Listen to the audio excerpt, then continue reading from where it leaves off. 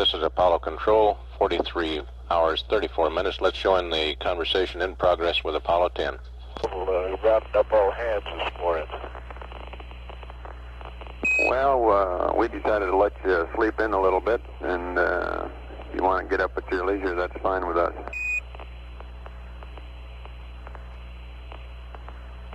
Yeah, sir, it looks like we got a hard day at PTC. That thing didn't fire thrusters once last night. My hat's off to you. That's great. You were right. We were going to mention that to you, and looks like a good way to go. That's a good solution.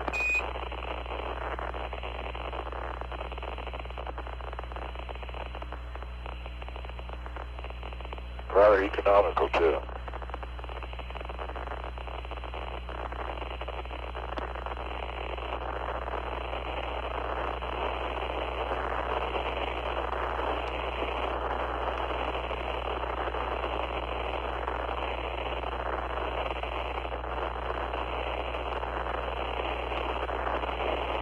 Apollo 10, Houston. John, are you the only one who's up yet? Tom got it. He's up. Just put that comm links on there. Roger.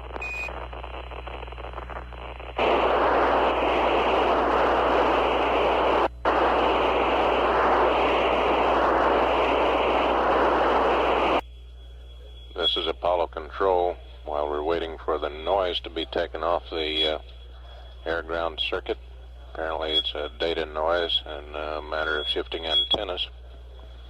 We've had word from the Cape that the Apollo 11 rollout has been delayed to 11:30 a.m. Central Daylight Time. We'll continue to monitor the air-ground from Apollo 10 and leave the circuit open.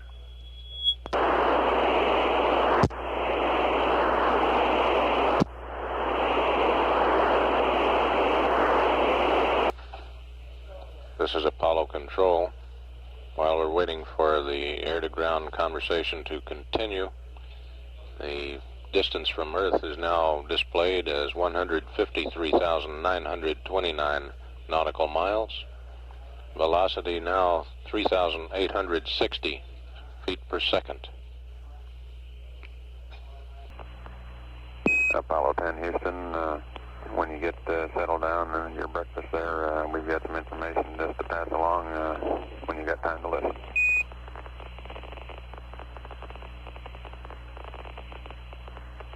Roger. I better go down the aft compartment and hold reveille is what I better do. Say again, please.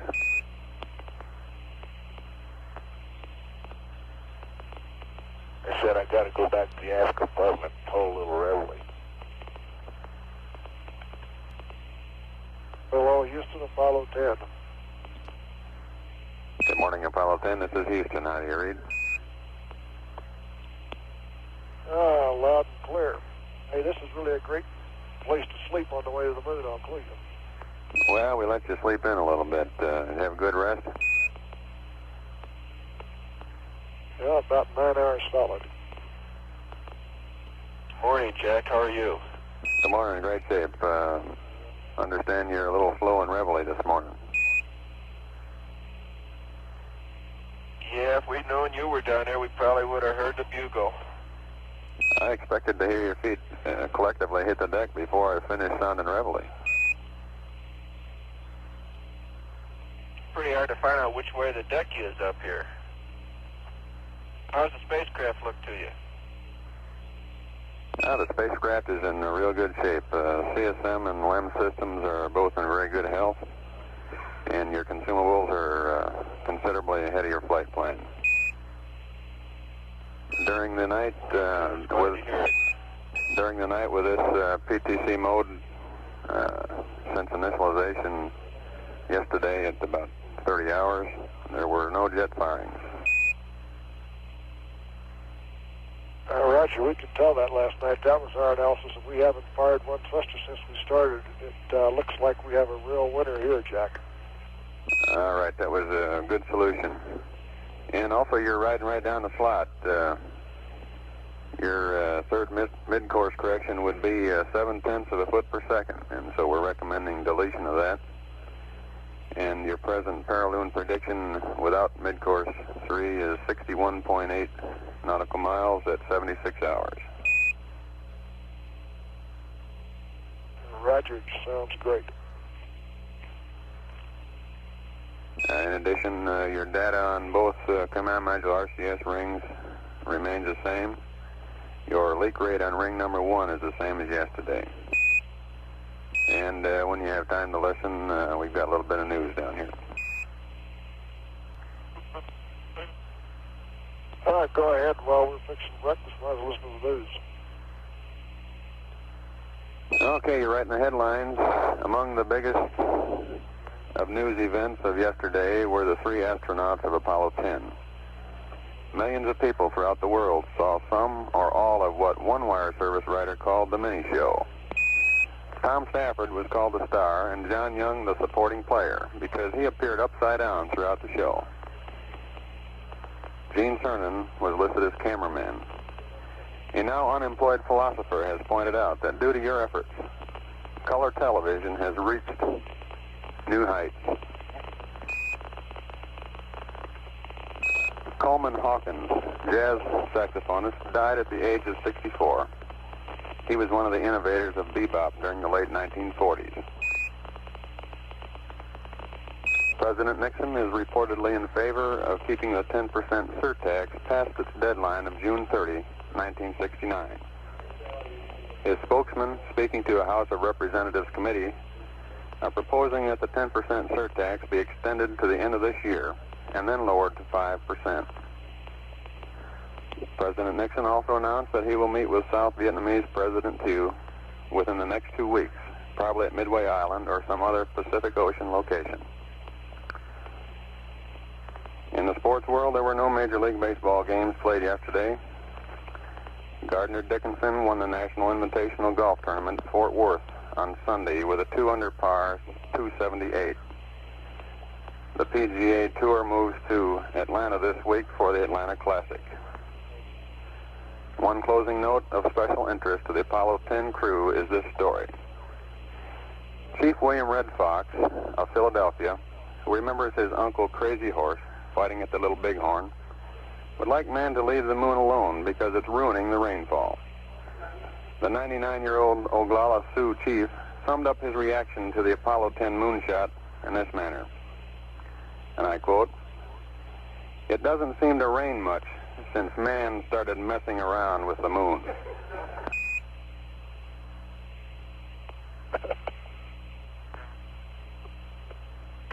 And we're tracking you guys out there now at 154,221 miles, and you slowed down to 3,853 feet per second. Hey, Jack, pass the word. I don't think I'll be able to slip back in time for the Classic at Atlanta. Roger, there'll be another time. Also, Jack, would you pass the word on to the Indian chief that I grew up in the Dust Bowl in Oklahoma, but I still don't think flying to the moon has anything to do with the rainfall. Roger, we'll pass the word, Tom. It's always nice to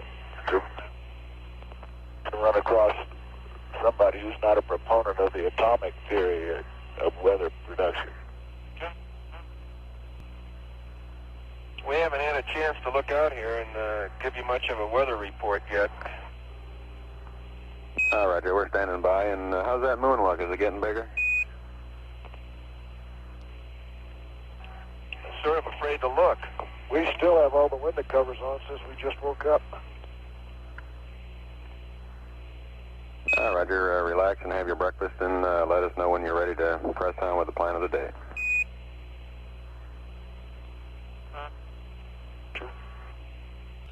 This is Apollo Control. While the crew is eating breakfast, the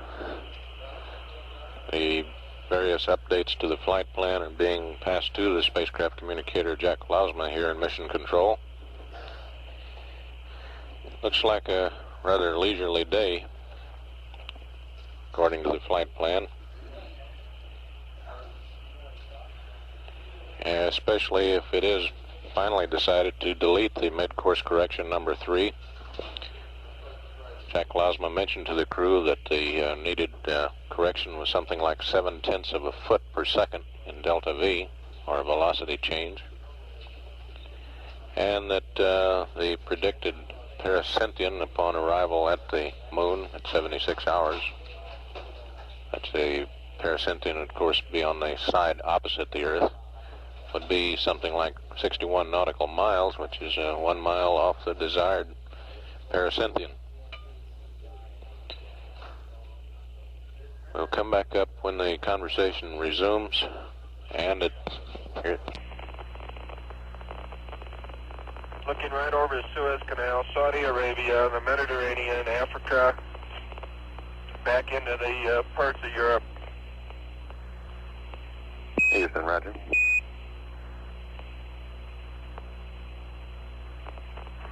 Jack, right now I'm looking at all of Africa, which is almost totally clear with the exception of a few clouds on the western side. I can see across the Straits of Gibraltar some cloud cover just on the eastern side of the Straits. I can see Spain, which is totally clear. Portugal, almost all at the Mediterranean except the northwest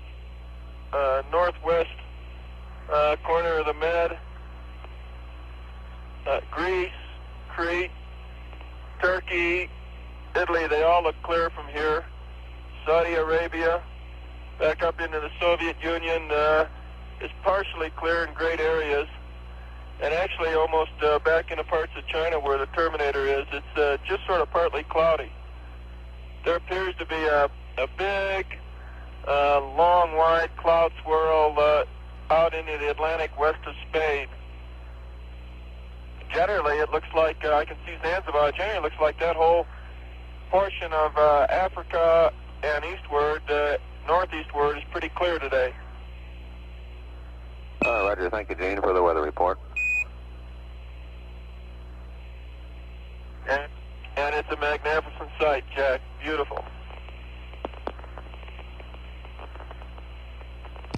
That was Gene Cernan giving a global weather report of what's visible from the spacecraft, projecting a line from the center of the Earth out through the surface to where the spacecraft is. The present position is over Saudi Arabia, approximately 27 degrees north by 50 degrees east. We'll continue to monitor in case there is further conversation, but it's unlikely there will be too much as they're now preparing their breakfast meal. We'll settle down to business in probably another 15 or 20 minutes with a crew status report, consumables update, flight plan update, also a state vector fed up to them from the ground. I go through a realignment of the inertial measurement unit for the day's activities after having been in the rotisserie or passive thermal control mode all night, in which under the new scheme there was not a single thruster firing to keep them awake during the night. And at 43 hours 54 minutes ground elapsed time, this is Apollo Control. Apollo Control here. There's been further conversations. Let's come back up on the loop.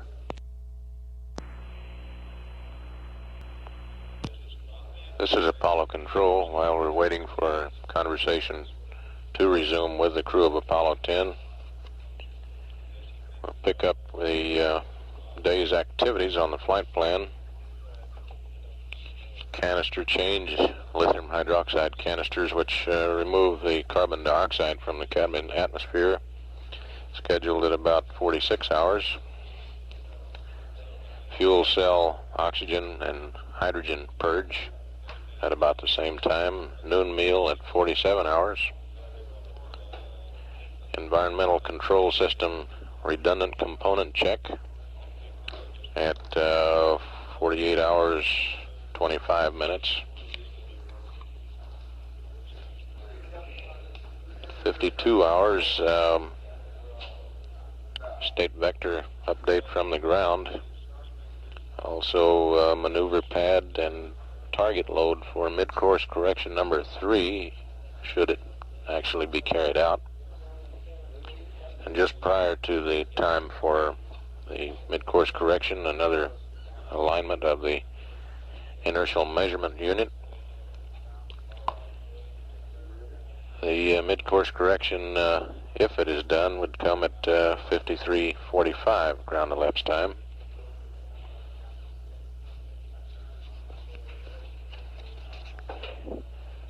TV pass scheduled at 54 hours, running 15 minutes. This is through the Goldstone station in California. The distance at the time of this pass would be some 176,000 nautical miles from the Earth and 39,000 nautical miles out from the Moon. At about 56 hours 30 minutes,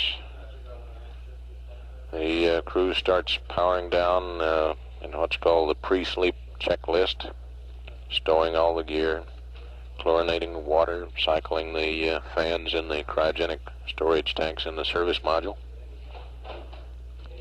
Crew status report, going into the sleep mode of communications. Another canister change.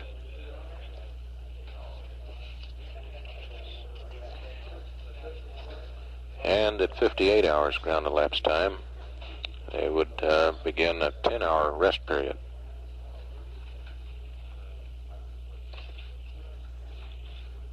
We'll leave the circuit open for any further conversation between bites of the crew's breakfast. Considerable amount of line noise on the air-ground circuit.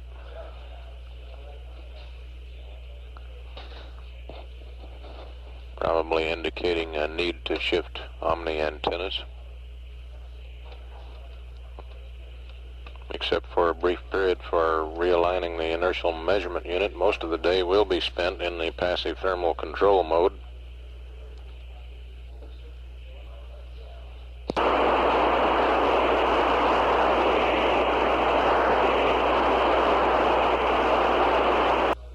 This is Apollo control. The predicted closest approach to the Moon for the third stage of the Saturn V, which injected the Apollo 10 spacecraft into translunar coast, will come tomorrow, Wednesday, at about 6:42 Central Daylight Time, at a distance of 1,779 nautical miles. Sweep on by the Moon, go into solar orbit.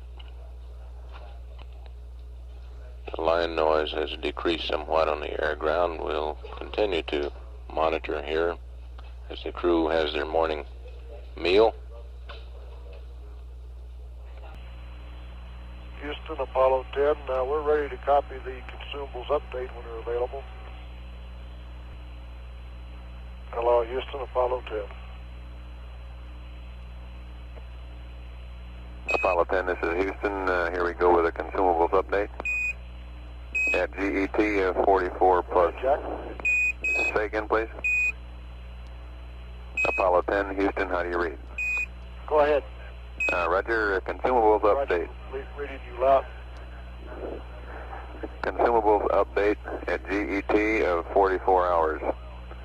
RCS total 86%. Alpha 87%.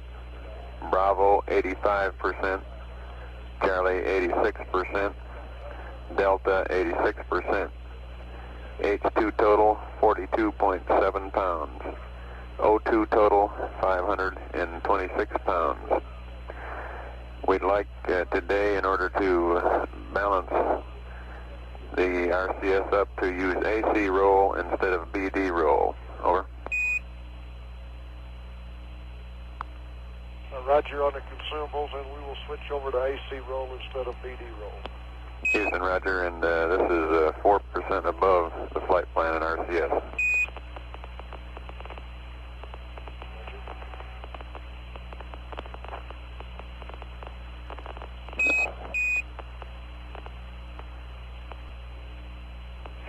Apollo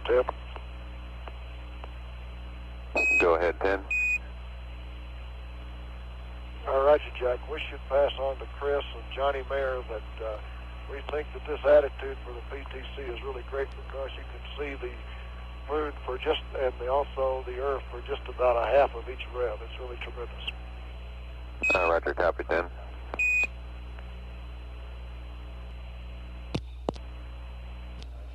This is Apollo Control. Stafford's reference there to the PTC really being great, meaning passive thermal control mode, that is, it was modified.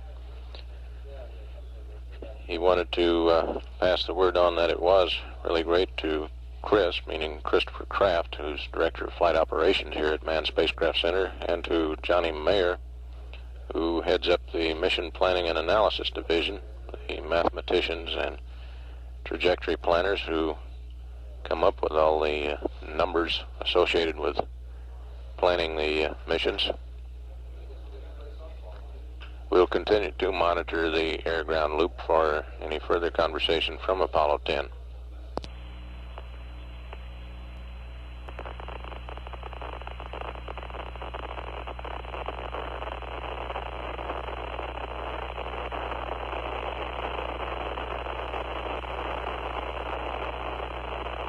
This is Apollo Control. Down at the spacecraft communicator's console, the flight activities officer is conferring with spacecraft communicator Jack Lausma on the flight plan update, giving him all the necessary information to read up to the crew when they're ready to take the update.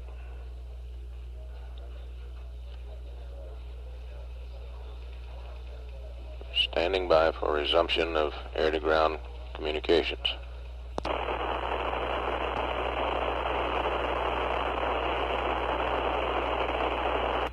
This is Apollo Control, continuing to monitor the air-ground for resumption of conversation. The spacecraft communicator, Jack Lausma, within the next several minutes likely will start reading up the flight plan activities, updates on today's flight plan activities to the crew, sorting out the last details of the few minor changes here in the control room before Lausma begins the flight plan update reading. Circuit is still open on air to ground to Apollo 10.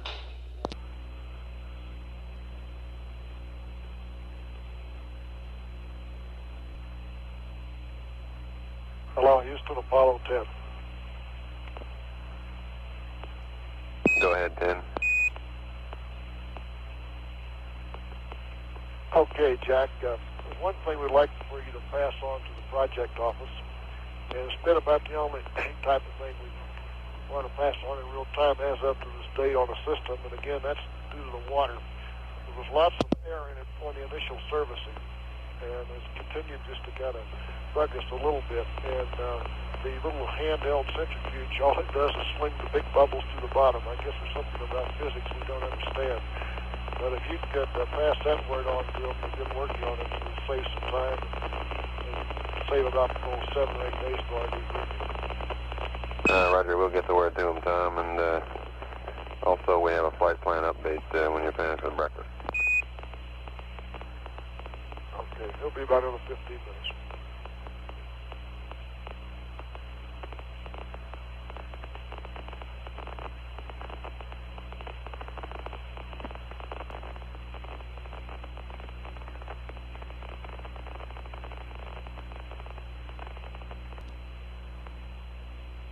This is Apollo Control. Apparently the crew is still in the midst of eating breakfast. Not quite ready yet to take the flight plan update from the control center here. At 44 hours 35 minutes, this is Apollo Control.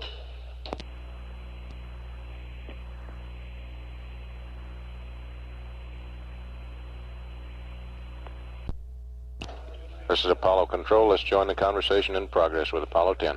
2 Tank 1 or O2 Tank 2 at this time.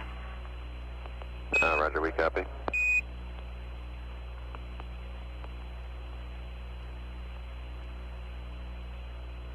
And it just went on at this time. Roger, I understand you have a cryo press line. Is that affirmed? And I'm ready to... Yeah, it just went out now. It came on just as I cycled, turned the fans on. And now it's out, and I'm ready to copy that flight plan update. Roger, here's the flight plan update. We'd like you to initiate charge on battery A, and we'd like to have you give us a mark. And at 51:45, we have a wastewater dump due.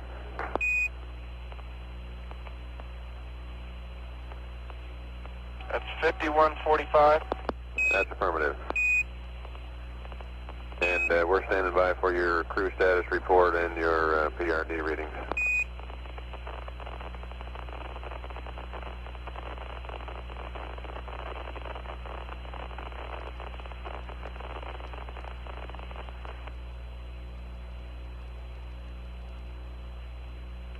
Okay, we'll give you the dosimeter readings first.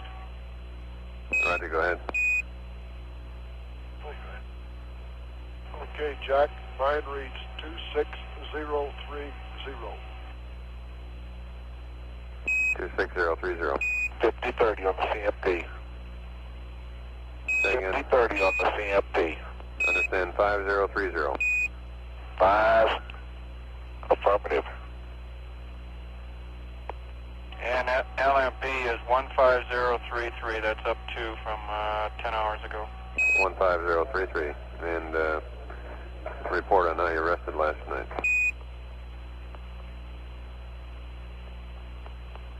Okay.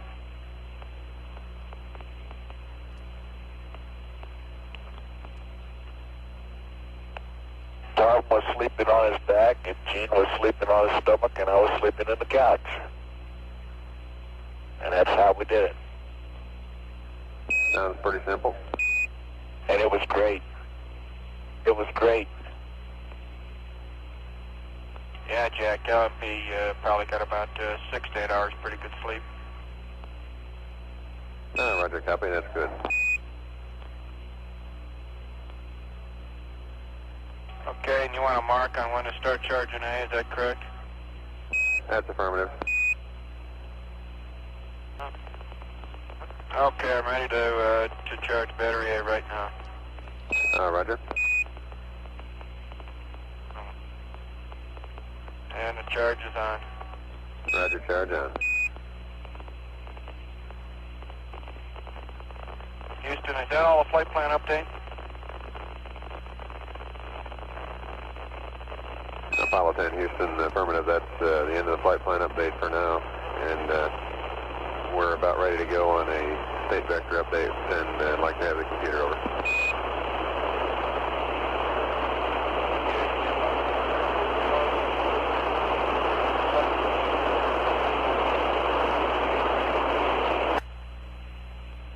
This is Apollo Control. While we're waiting for the antennas to get sorted out for this state vector update, the Space Digital's display shows the altitude now, or distance from Earth, at 156,728 nautical miles. Velocity continuing to decelerate, 3794 feet per second.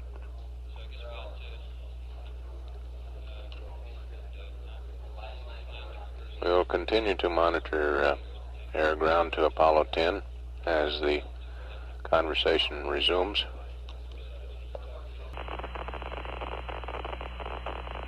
Apollo 10, Houston, we're ready to uplink the state vector now. If you'll go to accept on your FTLM, over. We're accepted. Who? Roger, and I have a couple more items on the flight plan update when you're ready to copy.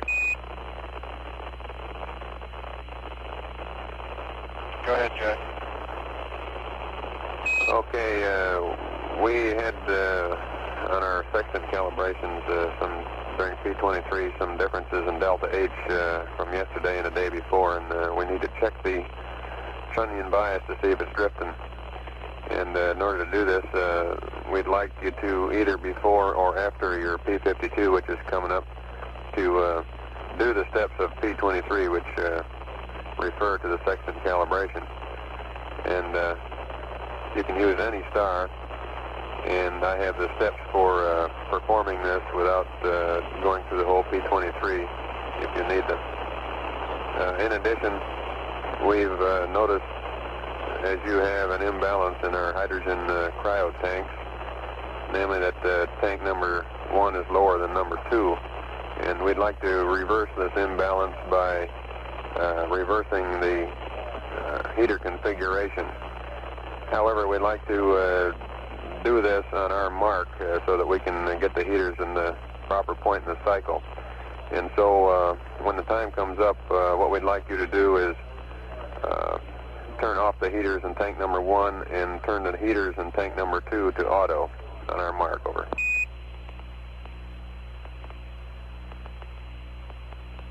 Okay, stand by for your mark. Roger, it'll be a while before this time comes up. Okay, let us know and we'll do it. Roger, it's likely to be as much as half an hour. And do you copy the information regarding the trunnion bias check? Roger, we'll do the steps of P23 that refer to the sextant calibration, either before or after P52. Yeah, we don't need any data on how to do that. Apollo 10, Houston, the uplink of state vector complete. You can go to accept. Or correction, you can go to block. We're in block.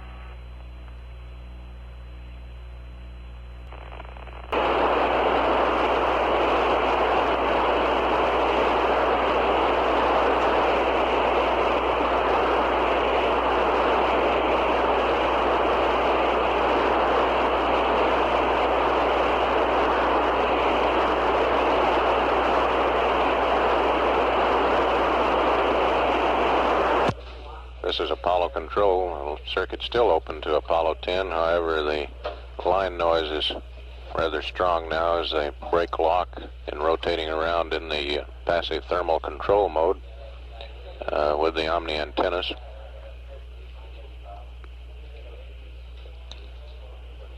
In spite of the noise, we'll continue to monitor the air-ground circuit and leave it live.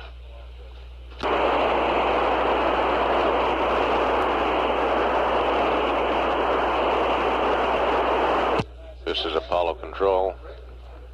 Crew of Apollo 10 apparently is still in the midst of the realignment of the inertial measurement unit. Meanwhile, the spacecraft is now 157,476 nautical miles away from Earth. Velocity is now 3,777 feet per second. The trajectory as tracked now shows that the pericynthion at arrival of the moon will be some 61 nautical miles. And this is one reason that the mid-course correction number 3 stands a good chance of not being done at all. Members of the black team of flight controllers, the process of taking over from the orange team here in mission control. At each console there's a miniature briefing session going on as each man tells his relief about what has been happening during the night, the status of the systems, any other thing that the man needs to know to do his job during the day.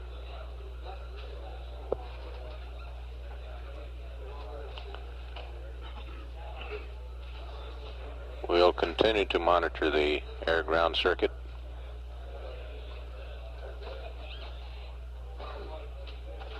It's assumed that the crew will call the control center here when they're through with their task of aligning the platform to continue any discussion or possibly more global weather reports.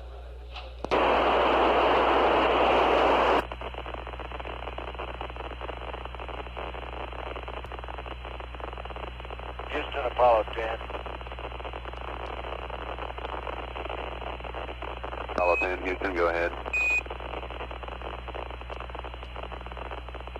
Roger. I don't know if the guide was watching this or not on the high bit rate or whatever, but what I'm doing here is taking advantage of the PTC to check this celestial, to check the planet option. I've already got Jupiter, and you can recognize it because of its moons. And now I'm looking for Mars. Roger, we copy, thank you.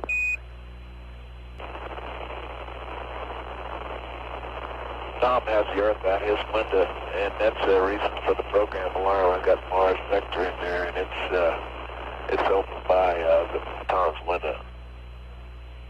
Houston, roger.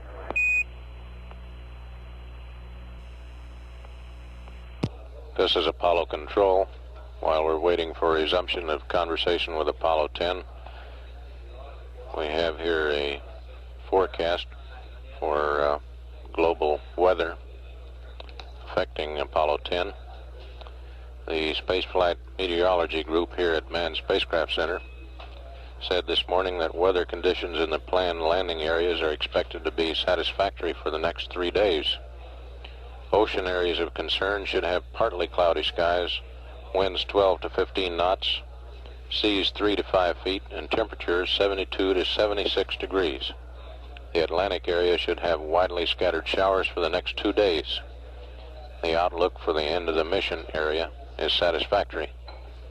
End of the mission area is at 15 degrees 7 minutes south latitude by 165 degrees west longitude. In the southwest Pacific, some 345 nautical miles due east of Pago Pago, Tutuila in American Samoa. Continuing to monitor air-ground with Apollo 10.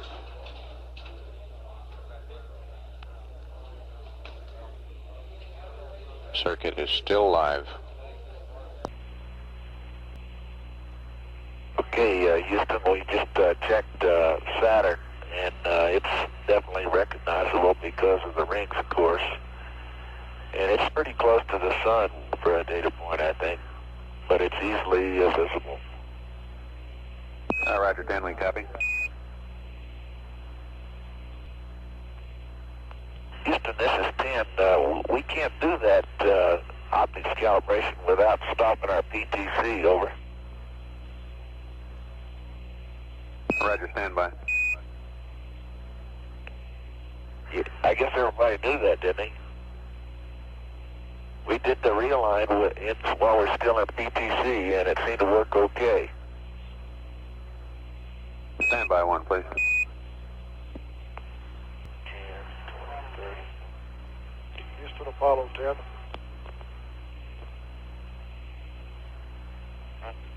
Apollo 10, Houston, we thought you were going to come out of PTC to do the P-52. There's no need at this time to do the section calibration. We can do that when you come out of PTC for the television later on in the flight plan, over. Hello, Houston, Apollo 10. Go ahead, 10. Okay, Jack, just for a minute to look ahead in the flight plan. Are we still planning the fuel cell H2 purge after 46 hours? Houston, that's affirmative. Okay, we'll go ahead and get the H2 purge line heaters on as called to the flight plan. Roger, we copy. And did you copy my last about the section calibration, over? Apollo 10, Houston. Go ahead, over. Roger, did you copy our last about Roger, this is Houston 10. Did you copy our last about doing the section calibration when we come out of PTC for the television as opposed to doing it now, over? Negative, we didn't. I was just fixing to get Arcturus and do it on Arcturus. Looks like it'd be a good one. Roger, But, that's fine with us. There's no sense in it. We can kill 2 birds with 1 stone that way. Roger, we prefer not to interfere with the PTC. This is not, the section calibration is not time critical. However, we thought that you would come out of PTC to do the P52. So let's hold off on the section calibration until the PV pass over.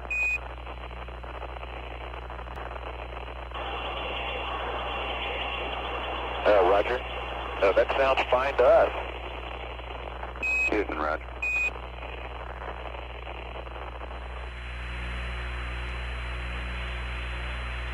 Hello, Apollo 10, Houston, over.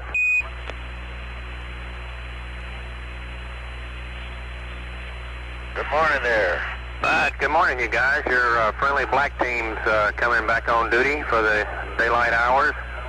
And we got one thing for you. When you did call up the P52, John, you collapsed your deadband. We'd like you to widen it again out to the 30 degrees, over, when you get through the 52. Okay, what we did was just went to pitch and yaw and Excel command, and with this thing not coupling, it doesn't make any difference, Charlie. So, but we were going to establish the deadband back when we got done. Roger.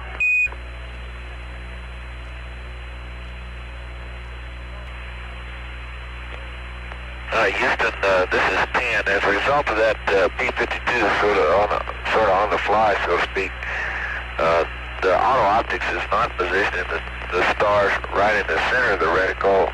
They're off. They're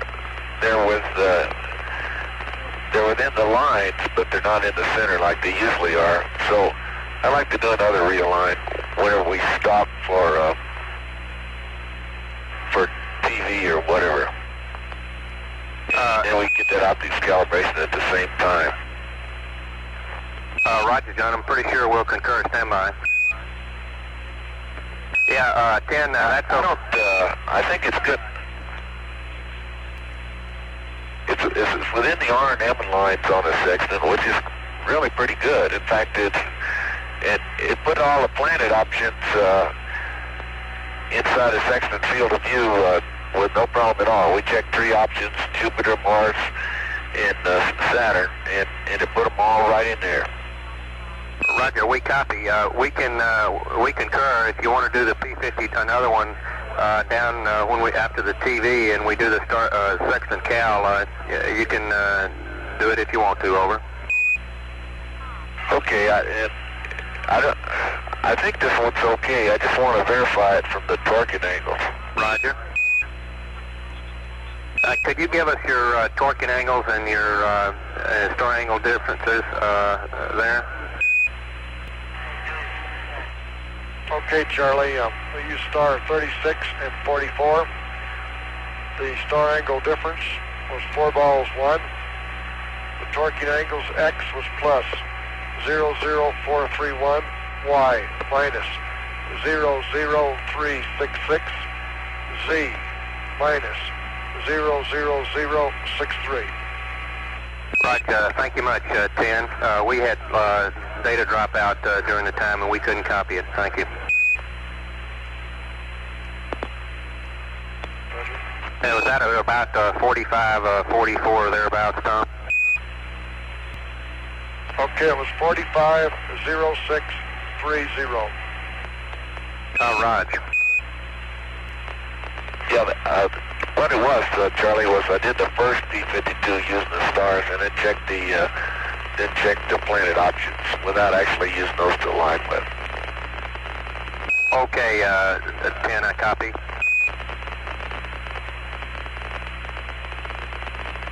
So the actual realign was kind of early this morning. All right, before we came in. Thank you.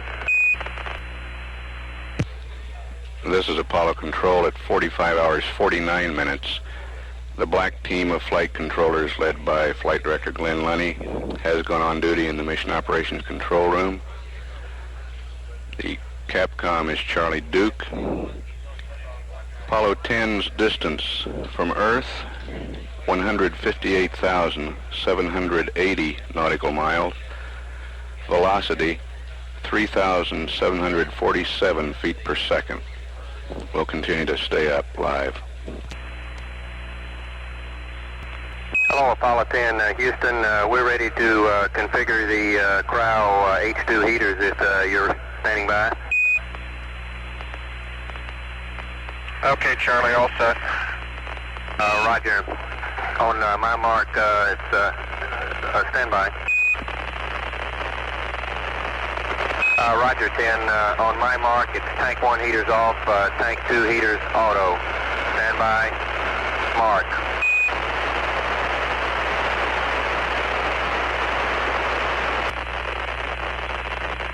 Hello, Apollo 10, Houston, over. Go ahead, Charlie. Roger, I think we lost you with an antenna switch there. Did you copy the mark on the heater switch? No, I'm sure we did lose you. Go ahead. Roger. On my mark, H2, tank 1 heaters to off and tank 2 heaters to auto. Standby. Mark. Okay. Okay, you got it. H2 tank 1 is off and H2 tank 2 is auto. Right, can you ECOM say during the day here, you probably can expect some master alarms from this configuration due to the heaters, and but it should set us up for the night, so it won't be they won't wake you up tonight with the same things. We'll go back to normal. Okay, that's great. Yeah, we'll go back to normal configuration pre-sleep. Roger.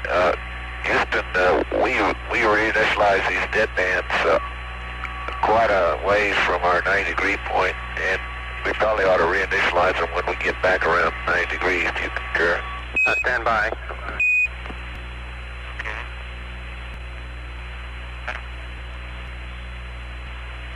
Hello, Apollo 10, Houston.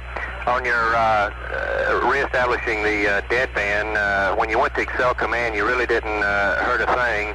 When you selected the Verb 37, you collapsed it, but we noticed that you've increased your deadband and it's still established plus or minus 30 degrees around 90 degrees on the pitch, so we're still in good shape. Over. Roger, Charlie. Sounds real good. Thank you. Right.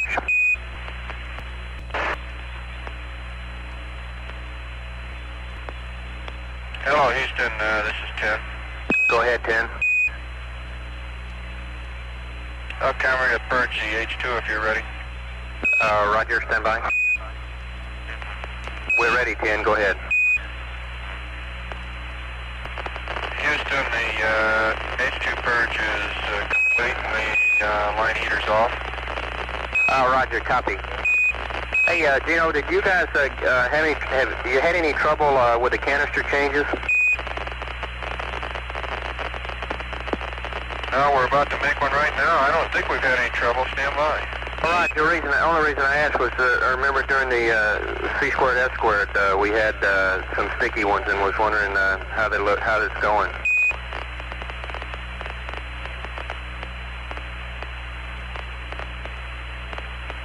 Thus far, Charlie, none of stuck. Raj.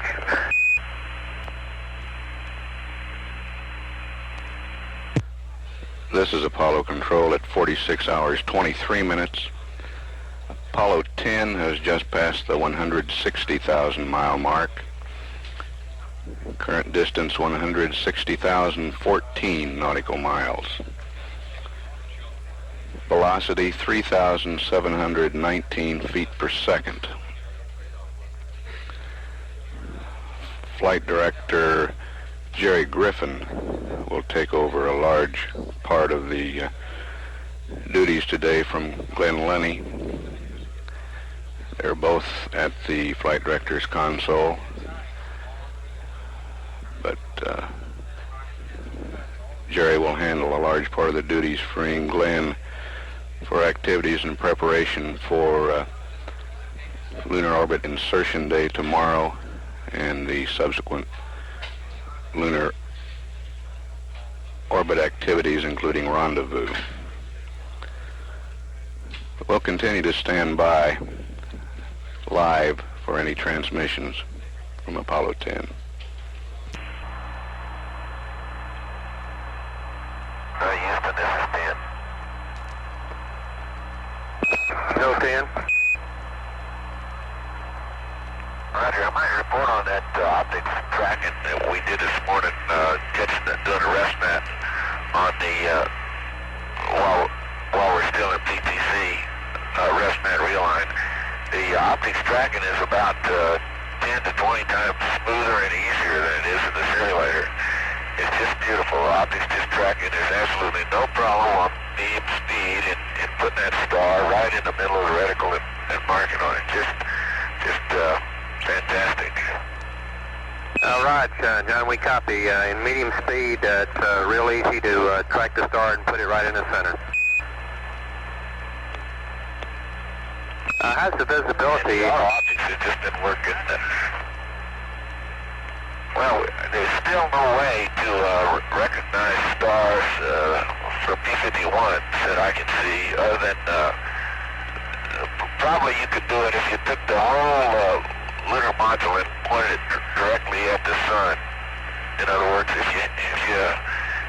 you went to gimbal lock or something like that, then you could point the, and you didn't have any other recourse, you could point the whole lunar module right at the sun, and I think that'd shield you enough so that you could recognize stars as constellations. But other than that, I haven't seen a single star in a constellation through the telescope that I can recognize by itself. Roger. Thank you for that report. We'll pass it on. Well, there's nothing we can do about that, I'll tell you that. But it's sure comforting to see those things like constellations, you know. Yeah, I know what you mean there. If you dump that platform, this optics tracking is good news, though, that we can make that thing a lot easier.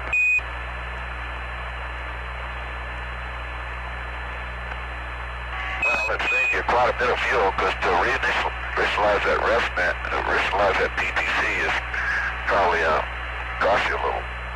Right.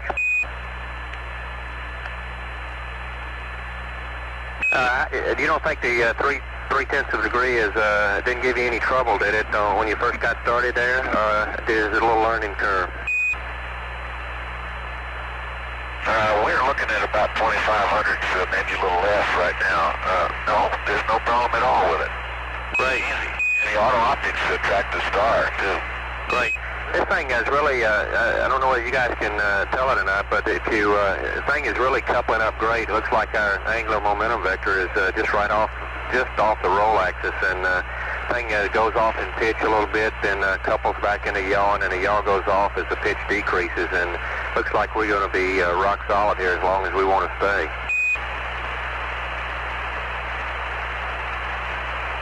Well, I don't know who thought of it, but it sure works good. Right. It took us a little while to get it. Even though we haven't fired a thruster up here, up to around 12 to 15 hours, this whole stack has a little motion all of itself. Right.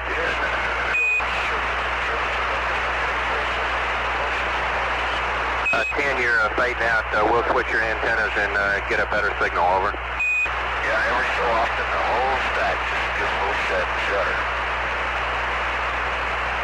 I don't know what it is.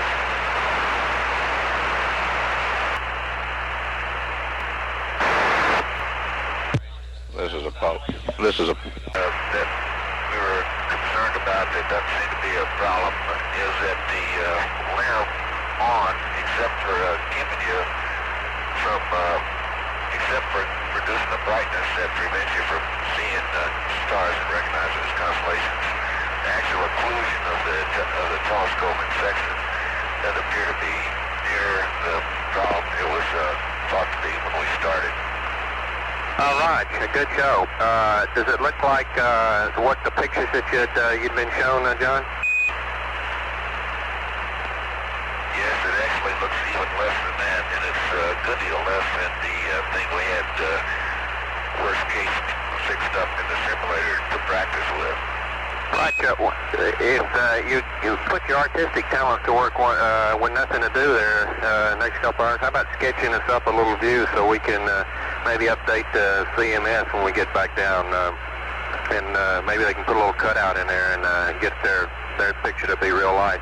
Hey, when you guys, we switched antennas on you, and Tom, we lost most of your conversation about the thrusters. If you'd like to repeat that, we're standing by.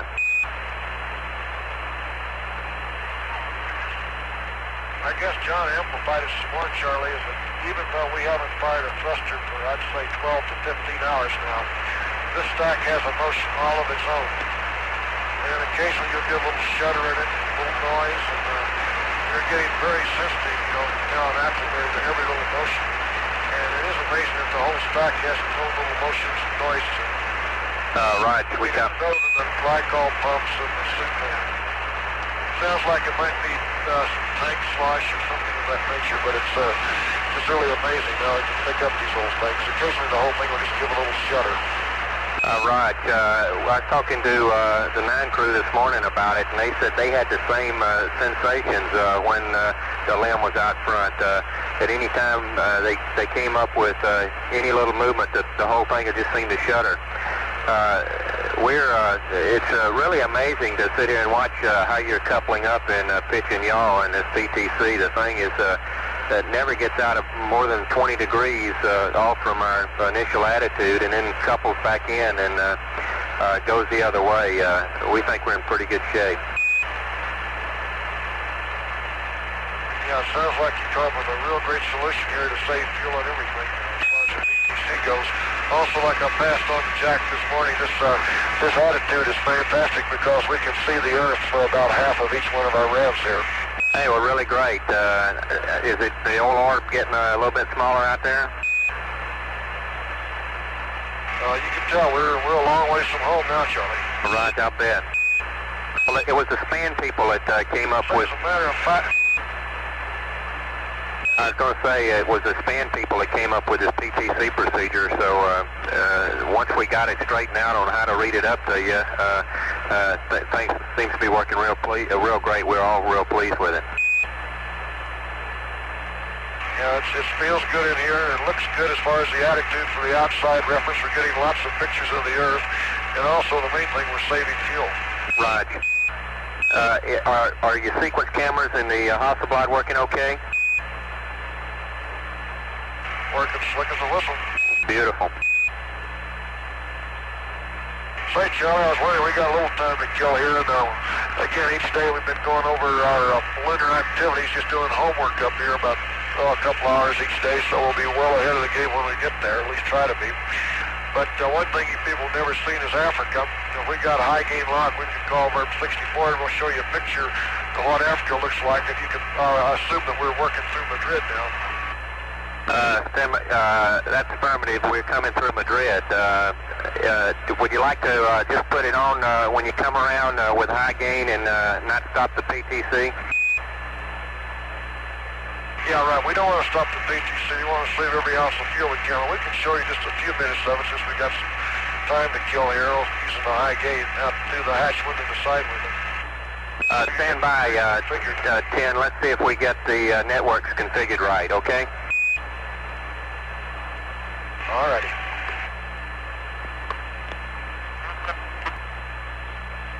Houston, Apollo 10. Go ahead, 10. Okay, just to reiterate, the only two anomalies we've seen on the whole spacecraft, and by and large the spacecraft is just performing beautifully, are these two items. I called one of them down to Jack, and you've heard about the other one, but just to summarize them, one is when the mylar insulation, kind of blew out of the tunnel hatch when John pressurized the limb, and the second one is all the air in the water. Now that was the initial servicing of the water at the Cape. As soon as we got in orbit, the stuff had lots of air in it, and that's continued to bug us just a little bit. But those two are about the major things now that they can start working on, before we splash down. Right. We're passed it on, Tom, and we're going to start on that. 108's got a hydrogen separator in it, and hopefully it's going to work. I don't know what we can do about it for 107, but we'll pass this on and see what they can come up with. This TV stuff, we don't... I was going to say that the TV stuff, We haven't got any lines called up in any time schedule for the satellite right now, but Madrid is configured to record the stuff, and then we can play it back later. Over. Okay, we'll just give them about a short 5 to 10 minutes of it, and then you can take a look at it later. Roger. If you'll stand by, we'll have you some high gain angles for you. Okay. I don't think you've ever seen Africa and Saudi Arabia and kind of that part of the world yet, have you? Negative. Is it real clear down there at this time? Yeah, Africa is great. It looks like, though, that all of Europe, the Soviet Union, all down through the Balkans is socked into that giant cloud cover you saw yesterday. But Saudi Arabia, India, and all of South Africa is completely open. And the intertropical convergence zone is really beautiful. You can really see the total line down there. So we'll just give you a quick picture of it. Right, fine. We'll let you know when Madrid is configured, and we'll have you some angles in a moment.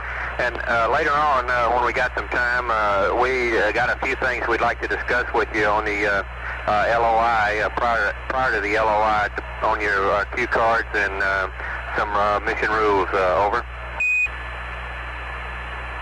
Okay. That's a good idea, Charlie.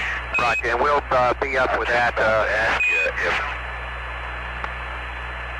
Go ahead, John.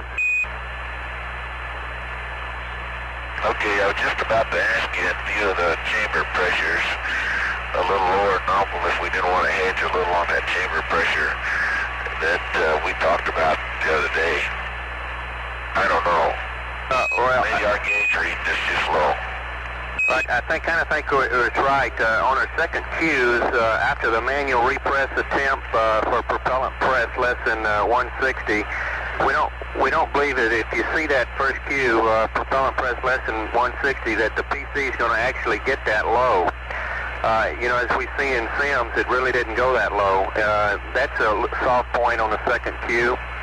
And also in the mode 1 and 2 regions, second from the bottom down there with the SPS injector valve closed after commanded on.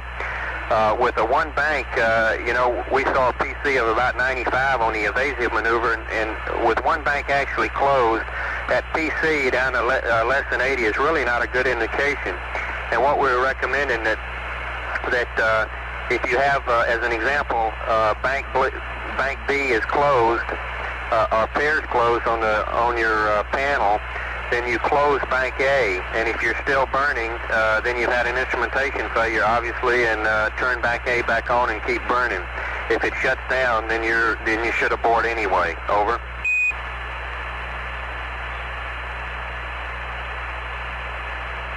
Okay, I think we got that. We'll talk about it a little more.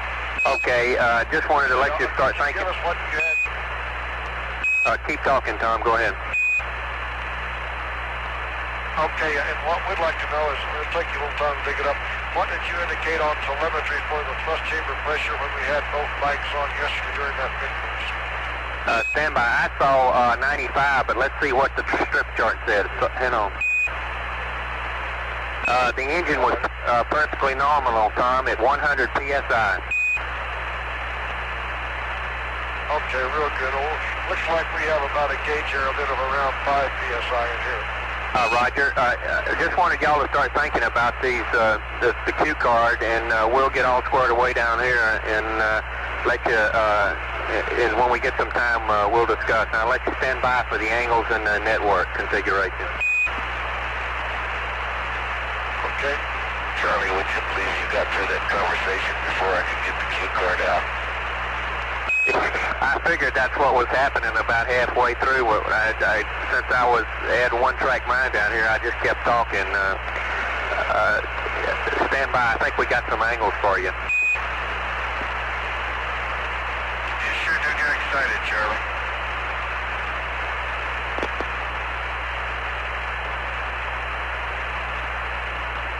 That's okay. We just love to hear you keep talking. Okay.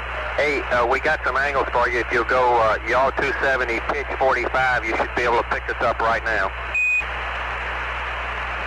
Okay, Charlie, how are you reading high gain? Reading it high by, Gene. Okay, that's the wait a couple minutes for the world to come around. Roger. Hello, 10, Houston, Madrid standing by. You can turn on the tube anytime.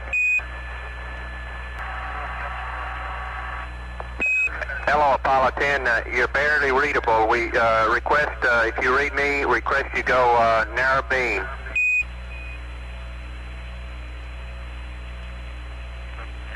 Charlie, we are narrow beam. How do you read? Right, reading you 5 by now, Gene. Tom's conversation was unreadable, however.